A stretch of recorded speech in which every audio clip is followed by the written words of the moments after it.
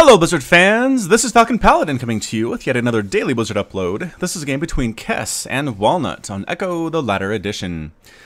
This is part of the replay pack that Walnut sent me. And I already mentioned this, but Walnut carefully curated his replay pack to only send me excellent replays. So I'm really excited for this game. And as a PvZ, which is my favorite matchup, and I hope we are in for a treat. Wow, this is really taking a long time to load. There we go.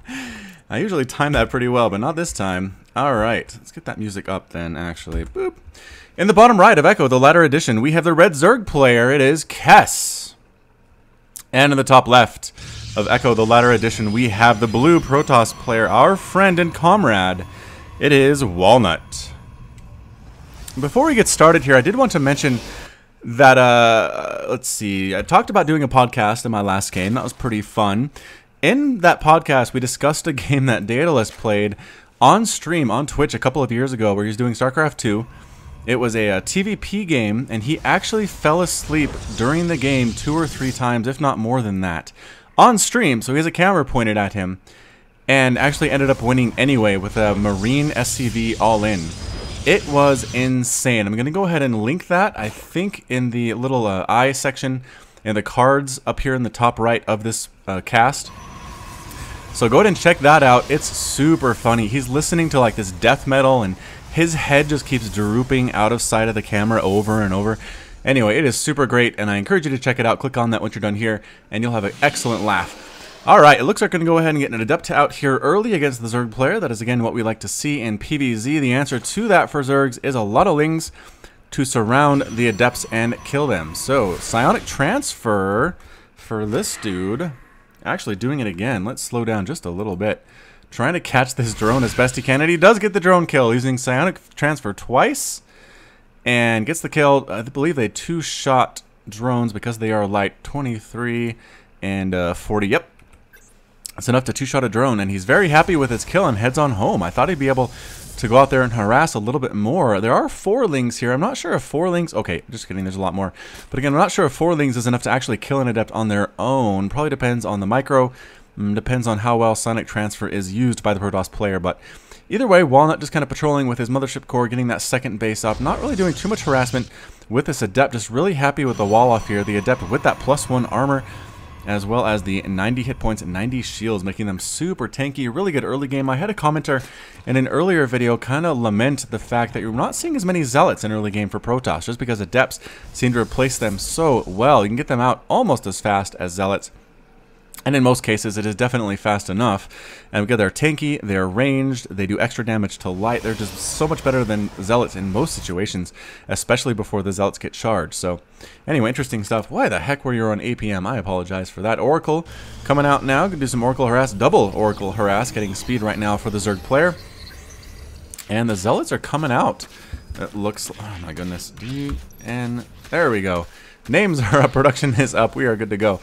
And just kind of, there was a Ling here, it ended up dying to pretty much everything here. They can kill it very easily. Oracle swooping around that bottom side, looking at what they are able to do, and the answer is going to be a lot. The Spore Crawler's not finished yet, the Queen is here, but she's all by herself. Again, Spore Crawler not up either. I'm not sure if this is just a blind Spore Crawler, or if he assumes, oh, that Overlord might have actually scouted this. Yeah, it did. Well played there. Good scout. Here comes the Oracle popping on in. Going to be able to get 1, 2 drone kills, but the Spore Crawler chases it away. 2 kills is not quite enough to make it worth it for that Oracle. Unfortunately, third base. Now coming up for Kess. Zerglings are Speedlings now, kind of hanging out. Another good scout. The Overlord sees the second Oracle coming out. It's just a matter of if Kess saw it or not. But you're realizing that there are 2 Oracles, which is good. Might be enough to actually get a few more drone kills than just one Oracle on its own. So many Lings and Roaches popping up here as well. It's a bit of a Ling Roach timing here at the front door. Might be able to do quite a bit of damage. Adepts don't do very well against Roaches at all. And here we come with 5 Roaches and a bunch of Lings. I assume we're going to see Photon Overcharge here very soon. But immediately focusing down this initial Adept, it dies very, very quickly. The Ling's getting the full surround on everything here. The force field is late, super late. Everything is going to die here. Walnut saying, ugh, I didn't hold the wall well enough. And is that Adept? No, the Adept actually survives. Photon Overcharge ends up getting 3 kills. The Adept has 5 kills. Hero Adept. Walnut says, why is the Mothership Core a priority above the Sentry? I'm not sure what he's talking about there, but the Oracles are just throwing down those stasis wards again, just in different places around the map. I guess just one at this point. Kess saying, I don't know the answer to your question. I apologize for the confusion. But actually getting that Adept Shield upgrade now as well, getting +2 weapon levels, making another stasis ward somewhere. Here it is, just pretty much putting them all over the map, which is what we saw in Walnut's last game. Very interesting strategy. I do like it. It kind of zones the Zerg player out. It makes them be very paranoid about sending lings across the map because they will get stuck. Is it 21 seconds? Yes, 21 seconds. They are stuck, and here it is. Boom. These roaches get stuck for 21 seconds. This roach army is now about half as effective as it would be normally, and it's really just incredibly worth it for Walnut to throw these down just wherever he possibly can. Oracles have so much more utility now in the mid to late game than they did previously in Legacy of the Void and Heart of the Swarm. And what is here? A changeling blocking the path of this Nexus. Gonna come on in. Oh, the probe gets itself a kill. Roaches coming in, try to focus down these stalkers, also focusing down the Adepts. A stasis ward coming down, pretty much locking these guys out entirely. They cannot be attacked, so it's not like you can just get free pot shots off on them while they sit there, but it does take them out of the battle, allows you to get reinforcements in. It is a really, really good unit. But 3 bases are now up for the Zerg player. Interesting force field there. We're really not sure what the effect was. There we go. All the roaches are now up. I'm not sure if this is enough to take down all of these stalkers. There are a lot. And yeah, Kess says this is not enough.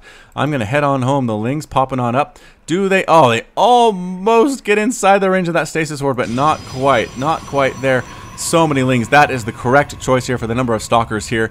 Here we come. Roaches and lings. The lings want to get a full surround on everything. The force fields are not that fantastic.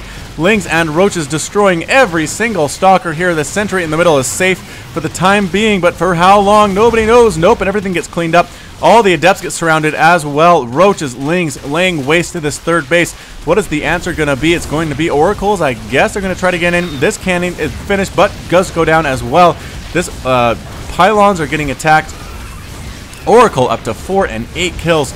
Oracles, again, they don't want to use their psionic beam or their pulsar beam. Oh my goodness, Pulsar Beam. Yes, Pulsar Beam on lings, but in a pinch, they can do pretty darn well. So actually held that off very, very nicely. Units lost tab, it looks like 43 lings and 15 roaches in exchange for 7 stalkers and 8 adepts.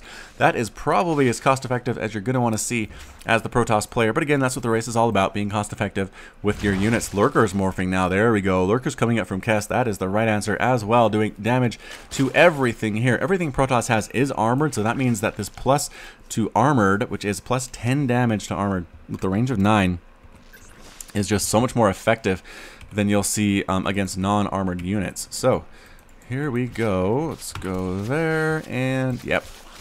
Trying to knock down this cooling tower to provide some additional protection for the third base. Probably should take a 4th base, Cass, if I were you, just because, again, Protoss is on that third base. 58 to 53 Harbingers right now in favor of the Zerg player, but really not that much of a lead, all things considered. Oracles, again, just so much utility. Even here, 9 minutes into the game, throwing down stasis fields. Stasis wards, 8 plus 15 is 13 kills on those guys combined. Math is not my strong suit. Here we go, Immortals, as well as Void Rays. Void Rays are a good chance, or a good answer to Lurkers, just because Lurkers cannot shoot up, and Void Rays can definitely shoot down. They do extra damage to armored units with their prismatic alignment ability. So here we come. Stasis Ward catching all of the lings. That is just massive. Again, it just gives the Protoss player advance warning as to what's going on here. The Lurkers come in, they burrow and force everybody back. Stasis catching those roaches as well. Nothing can really harass these Oracles at all. Lurkers burrowing in, getting a couple hits off, and man, you see everything getting hit there. Turning down to the orange, turning down to the yellow health. The lings now rocking on in, gonna try to get a full surround on these units, allowing the Lurkers to kill them, but not able quite to get that surround that they want to. They're forced to retreat, especially because the Tempest is here. And again, the Void Ray is here as well. Lurkers pushing forward, though, laying a huge siege right in the sweet spot. Oh, immediately an Oracle gets burned down. Everybody dying to these spines. Photon Overcharge is up. It's not quite in range of anything here yet. Yeah, you come to the bottom of this ramp, you're going to get hit. I don't know why you're pushing in here with these roaches and these hydras. Bring the Lurkers with you if you're going to do that. There we go. No, one Lurker doesn't quite able to burrow, and it does end up dead. Lurker spines just committing so much damage to everything here. Adept being killed. Stalkers going down as well. The Tempest doing what it can, up to 5 kills already. Mothership Core also with 4, Void Ray with 4, really holding off this attack as best he can. Again, Walnut doing what you need to do against lurkers is get those air units out because they're a good answer here. Stasis Sword again, catching everything here. Hydra's coming out though. They don't have Hydra's speed, but they are still pretty darn scary. Coming up, trying to take down this Void Ray. I think there are enough to actually kill it. Yes, the Void Ray does go down, as well as the Stalkers not being microed particularly well. More Stalkers coming up. I don't think this is a good idea either. The Tempest, not a good answer for Hydras as well. Hydra's sniping down individual Stalkers, doing good target firing here as well. Again, I think Walnut doing the same thing, but more and more units coming across the map. A bit some smaller skirmishes. This is what I like to see. This reminds me of Brood War, just having these small skirmishes. A lot of micro is required. Basically doing what you need to do to win the game. It's not so much sit back and get up a death ball and then go to victory with a 1A maneuver. So that is not just my Zerg mainness speaking out in bitterness, I hope, but regardless, again, just these little small scale engagements are just really fun to watch. You can keep track of pretty much everything that's going on. It's not so difficult to see as a big 200 army going at each other. That lurker goes down as well. It's 135 to 98 supply. Now finally a 4th base being taken by Kess. I imagine this is really late. He hasn't really been under any duress. Just pretty much putting the pressure on the Protoss player, not really expanding behind it until now. Excuse me, taking a drink from my Teenage Mutant Ninja Turtle cup there. But yeah, Stasis Ward's going everywhere for Walnut. What tech choices are we seeing? Pretty much sticking to Immortal Tempest Stalker right now, getting those upgrades for the Tempest as well. Walnut swears up and down that Tempest is a good unit in Legacy of the Void, so far it's been working for him. I think every game he's used them, he's won. We have seen Protoss players go Tempest and lose against Zerg, pretty much because there are a lot of Hydras, and there certainly are a lot of Hydras here. No upgrades though, just barely getting that range. Groove Spines. Did I just hear a Stasis Ward go off? Yes, Stasis Trap goes off here, trapping guys behind enemy lines. Again, the Ling's trying to pop up, can't get through that wall, swooping around to the right side. Again, there is debris here. You're going to have a hard time getting through. These guys are still in stasis. 21 seconds doesn't seem like a long time, but you're trying to attack. It's huge. Another Stasis Ward. This trap is being so effective. Again, for Walnut, just doing a good job with it. See all these units that would be in this battle that are not here because they're in stasis? Just massive. Immortal getting killed, though. A bit of a stalemate here, and both players are forced to head out. Walking right on top of these lurkers, but the observer means you can see it, and so the lurkers are forced to move out there. Disintegration going down on this lurker. It's enough to kill a lurker because it does 500 damage. Lurkers only have 200 hit points. What is this? I thought that was going to be a warp prison, but no. Just a Phoenix, just checking things out. It does see the 4th base is up. Not very saturated, though. 62 to 55 workers in favor. Is it a Ling run by? It's a Ling run by! Hey, everybody loves Ling run bys. Actually managed to kill quite a few workers here, sending some guys in. No. Don't go here. Go over. Oh, I guess there's adepts over here. Killing these workers is nice, though.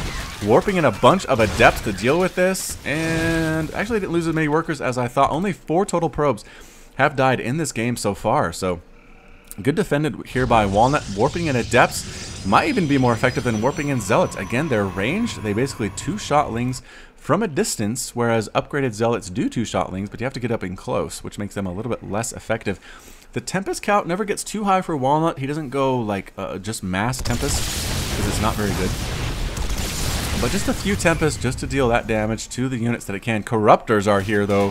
Whoa, this is a big attack swinging on in here from Cass. And what's the answer going to be? Corruptors trying to focus down these Tempests individually. Hydras doing a lot of damage as well. Burrowing lurkers, I think they're getting focused down though. But no, this guy in the back still doing a lot of damage. Is it able to actually hit anything? Yes, it is. Getting 1 kill before it dies. The Corruptors take down every single Tempest, but I think the ground armor for the Zerg player is completely gone. The Corruptors are forced to retreat. They're not very good at attacking ground units on their own. A 5th base now coming up for Cass, but the counterattack is on its way from Walnut. What is the answer going to be? 14 roaches. Pretty good. 14 roaches is pretty good, but Walnut has a lot of money in the bank. You should be able to remax here as well. I guess I'd say remax. Nobody's really been maxed at this point, but here we come. The roaches are pushing up, gathering together at the right place. It's not going to be enough to save the space. Can they get in here and save it? No, the cancel comes off immediately, especially with that Immortal with a +3 attack, attacking and doing extra damage to armored units, which I think counts as buildings. Are buildings armored? They are. Yes, and what's over here? Whoa, okay, warping in or just sending over some zealots to do tons of damage to this mineral line. Yikes, these drones are not being pulled at all. The attack over here is pretty much what everybody is focusing on. The lurker burrows, gets a couple of hits off, and then is focused down as well.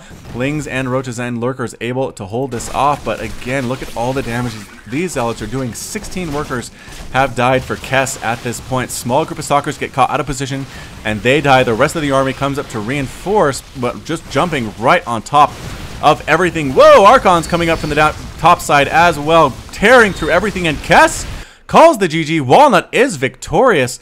Woo, pretty solid game there. I feel like Kess did a good job keeping the pressure on Walnut pretty much throughout the whole game. Never could kill a base though. Never could really decisively win an engagement, and Walnut decided to do a counterattack and was able to get up there and win the game. If Kess did a good job, but better job with his micro, I think taking that third base earlier, taking a fourth base earlier when he could actually do it, he would have had more macro abilities, more larvae to spawn. He could have made more units to deal with this counter. Instead, he was just kind of overwhelmed. He could only make, what, 12 or 15 roaches there, and it just wasn't enough. So, fantastic game by Walnut. Again, thank you so much for sending that in. If you like what you saw today, if you like what you heard, hit that like button, hit that subscribe. You can also catch me on Twitch, Twitter, and Facebook, all /FalconPaladin. Very easy to find that way. And until next time, as always, you take care of yourself.